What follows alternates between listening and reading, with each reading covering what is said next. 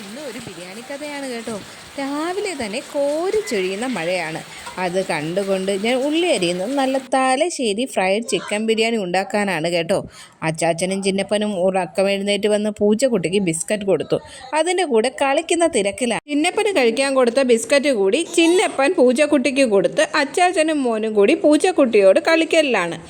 ഈ സമയം അമ്മ കഴുകി വെച്ച ചിക്കനിലേക്ക് മഞ്ഞൾപ്പൊടിയും മുളക് പൊടിയും ഉപ്പും ലേശം ചിക്കൻ മസാലയും ഇട്ട് നന്നായി പെരക്കി മസാല പിടിക്കാനായി വെച്ചു. ഏകദേശം അരമണിക്കൂർ റെസ്റ്റ് ചെയ്യാൻ വെച്ചാലേ മസാല ശരിക്ക് ചിക്കനിലേക്ക് പിടിക്കുകയുള്ളൂ.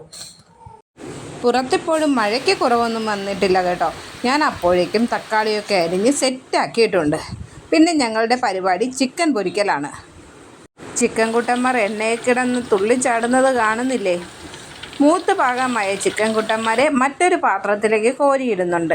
ഞാൻ ഇടയ്ക്കിടയ്ക്ക് പൊടി പീസുകൾ എടുത്ത് ടേസ്റ്റ് നോക്കിക്കൊണ്ടേയിരിക്കുന്നു. ബാക്കി പണി ബ്രേക്ക്ഫാസ്റ്റ് കഴിച്ചിട്ടാവാം. നല്ല ചൂട് പുട്ടും ചെറുപയർ കറിയും ഉണ്ട്. ഒരു കുഞ്ഞു കഷ്ണം പുട്ടും പപ്പടവും വച്ചേന് ഒരു ചിക്കനൊക്കെ തിന്ന് ഇന്നപ്പം കളിക്കാനിറങ്ങി. അപ്പോഴേക്കും മഴയൊക്കെ ഒന്ന് കുറഞ്ഞു. ഉള്ളി നന്നായി വാടിക്കഴിയുമ്പോൾ അതിലേക്ക് ഇഞ്ചി വെളുത്തുള്ളി അരച്ചത് ഒന്ന് മിക്സ് ചെയ്ത് ബിരിയാണിയിലേക്ക് മസാല ഉണ്ടാക്കി തുടങ്ങി ഞങ്ങൾ. അമ്മ അപ്പോഴേക്കും ബിരിയാണി ചോറുണ്ടാക്കാനുള്ള പരിപാടി തുടങ്ങി.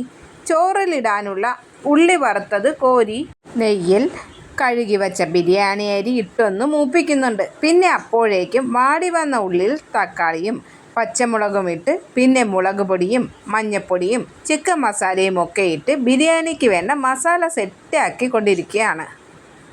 രണ്ട് പണിയും ഒരുമിച്ച് തകൃതിയായി നടക്കുന്നു. ബിരിയാണി അരിയിൽ അമ്മ ആവശ്യത്തിന് വെള്ളമൊക്കെ ഒഴിച്ച് സ്പൈസസ് ഒക്കെ ഇട്ട് വേവിച്ചു. ഞാൻ ഒട്ടും വിട്ടുകൊടുത്തില്ല. വറുത്ത് വെച്ച ചിക്കൻ മസാലയിട്ട് ഇളക്കി എടുത്തിട്ടുണ്ട്. ഫ്രൈഡ് പീസ് മസാലയിലേക്ക് ഇട്ടൊന്ന് നല്ല സോഫ്റ്റ് ആവുകയും ചെയ്യും. ഫ്രൈഡ്സിൻ്റെ ടേസ്റ്റും കൂടും. ബിരിയാണിയുടെ മണമടിച്ചു തുടങ്ങിയപ്പോഴേ കുട്ടികളൊക്കെ അടുക്കളയിലെത്തി. ഒന്ന് വെയിറ്റ് ചെയ്യണേ, ഇപ്പോൾ റെഡിയാകുമെന്ന് പറഞ്ഞപ്പോൾ അവിടെ ഇരുന്ന് കളിയും തുടങ്ങി.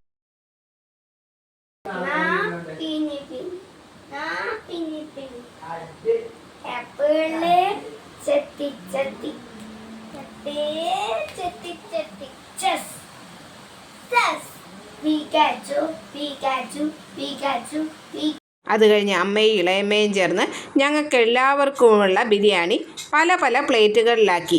ഞങ്ങൾ എല്ലാവരും കൂടി ഇരുന്ന് ബിരിയാണി കഴിക്കാൻ തുടങ്ങി. നല്ല ബിരിയാണിയും പപ്പടവും ചമ്മന്തിയും കൂട്ടി ഒരു ഉഷാറ് ഉച്ചയൂണ്.